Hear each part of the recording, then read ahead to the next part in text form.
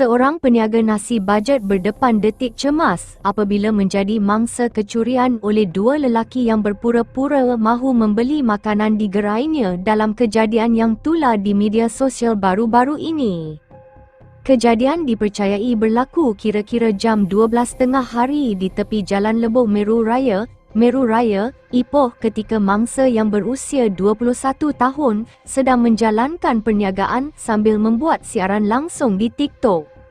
Menurut rakaman video yang tersebar, dua lelaki menaiki motosikal Yamaha Y15ZR singgah di gerai tersebut dan berlagak seperti pelanggan biasa yang mahu membeli makanan. Namun ketika mangsa sedang sibuk membungkus nasi, salah seorang suspek dipercayai mengambil bekas duit berisi wang tunai hasil jualan serta sebuah telefon bimbit milik mangsa sebelum melarikan diri bersama rakannya.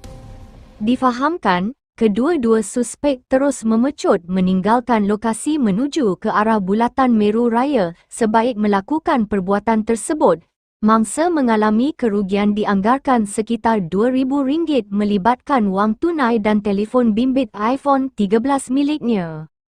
Rakaman kejadian itu mengundang kemarahan ramai netizen yang bersimpati terhadap nasib peniaga terbabit.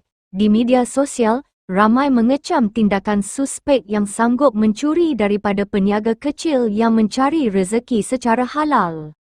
Ketua Polis Daerah Ipoh, Asisten Komisioner Muhammad Najib Hamzah berkata, pihak polis telah menerima laporan berhubung kejadian tersebut dan sedang giat mengesan kedua-dua suspek bagi membantu siasatan mengikut Seksyen 379 Kanun Keseksaan kerana mencuri.